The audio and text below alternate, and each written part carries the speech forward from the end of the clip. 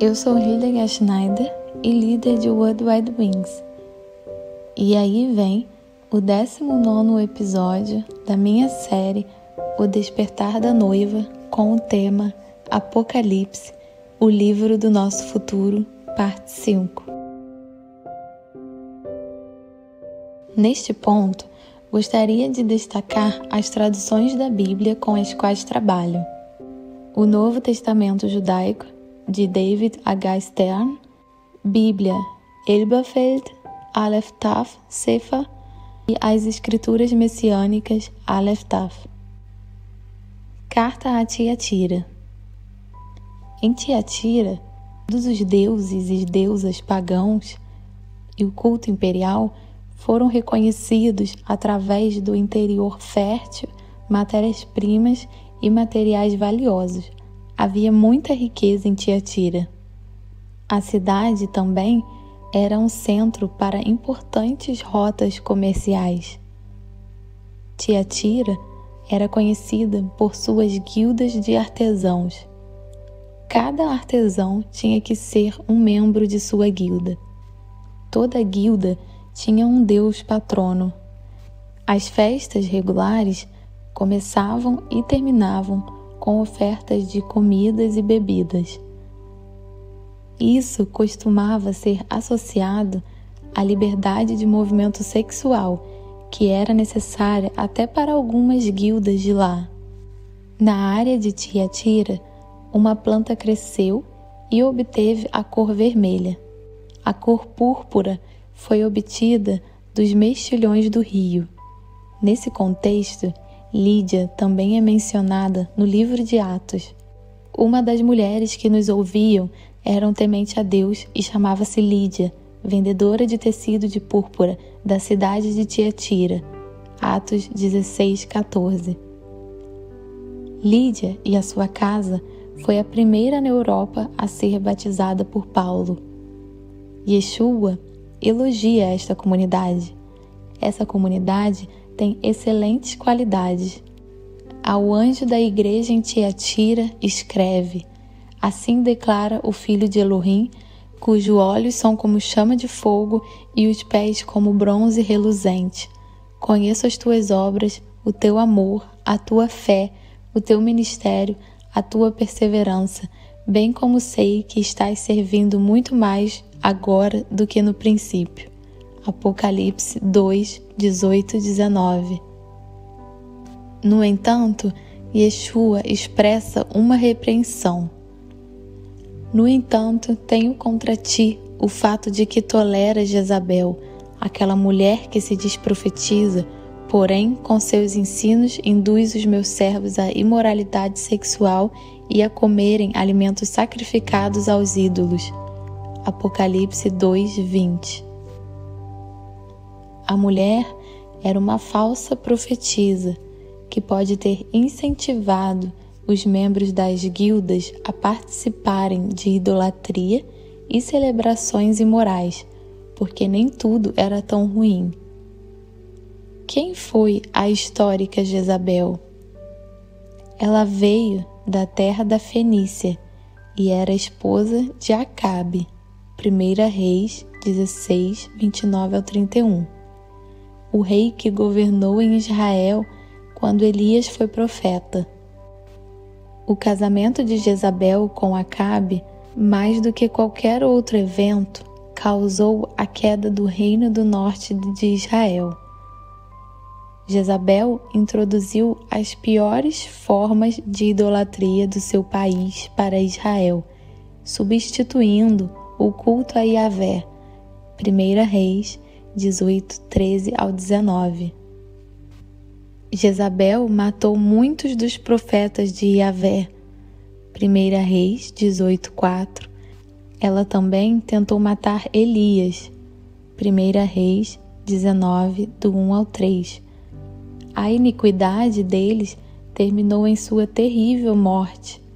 2 Reis 9, 30 ao 37. Como o profeta Elias predisse.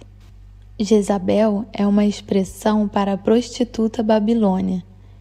Retirai-vos dela, povo meu, para não serdes cúmplices em seus pecados e para não participardes das pragas que a atingirão. Apocalipse 18:4. O termo deixar Babilônia significa, no sentido figurado, sair de onde o culto e honra não são unicamente dados a Yahvé, sair de igrejas e comunidades onde as práticas pagãs surgiram devido à separação das igrejas primitivas judias messiânicas, que os primeiros seguidores do Mashiach deram como certo, e a fusão com o espírito pagão helenístico e o espírito de poder romano. Fornicação, no sentido espiritual, significa tolerar e realizar práticas pagãs.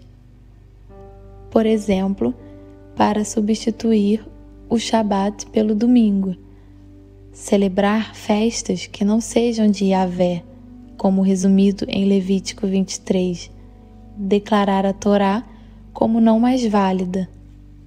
Concedi-lhe tempo para que se arrependesse da sua prostituição, mas ela não quer arrepender-se.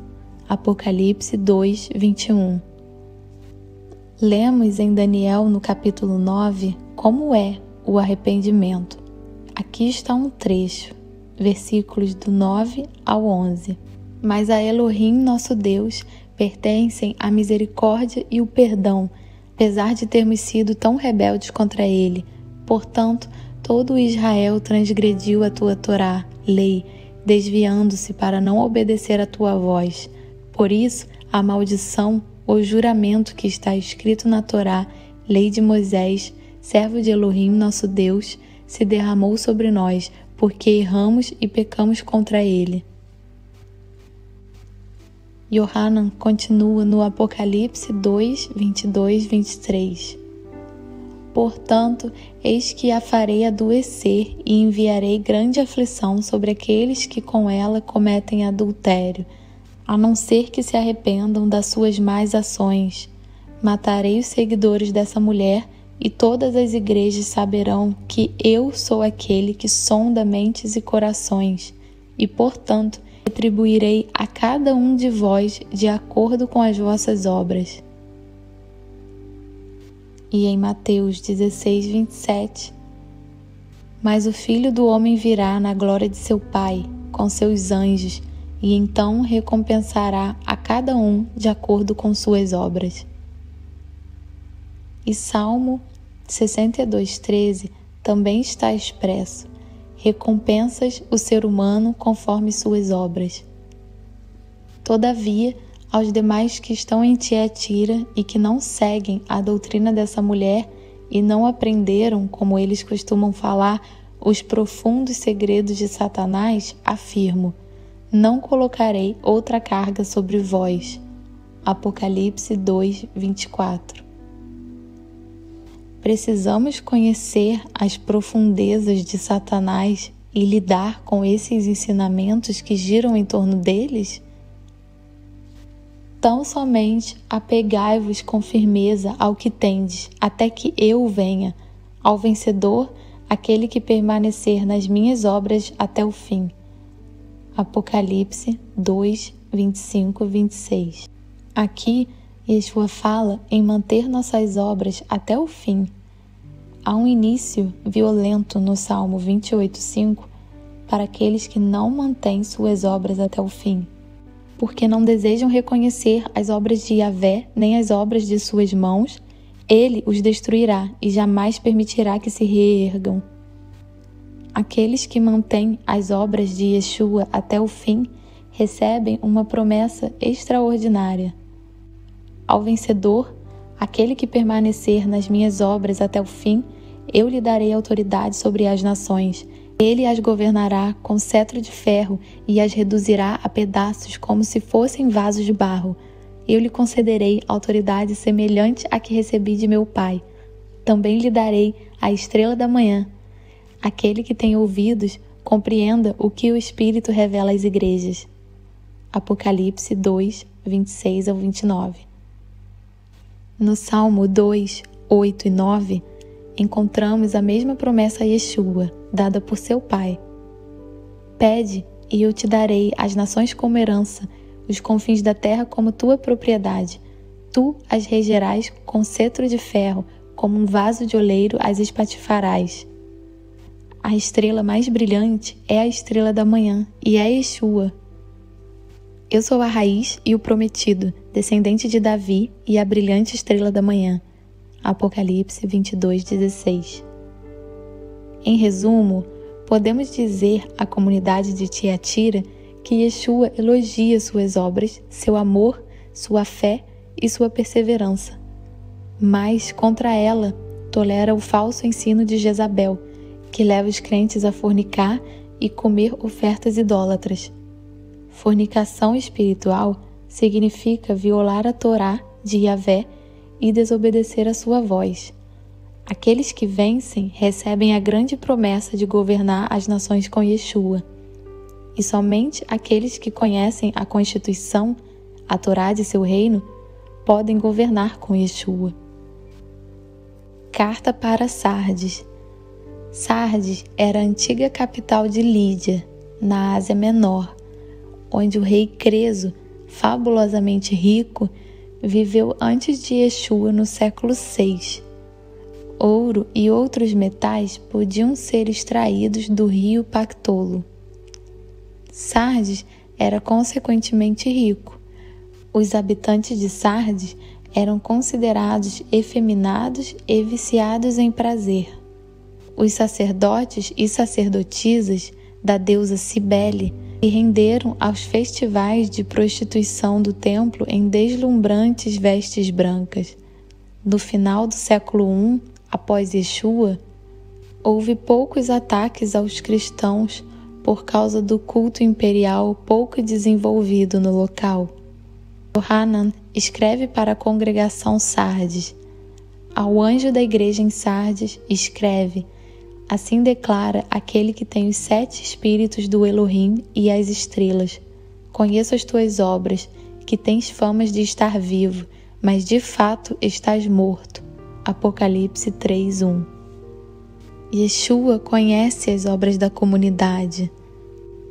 Não tenho encontrado integridade em tuas obras diante do meu Elohim. Apocalipse 3:2. Esta comunidade parece ter uma reputação de estar viva, mas aos olhos de Yeshua, ela está morta.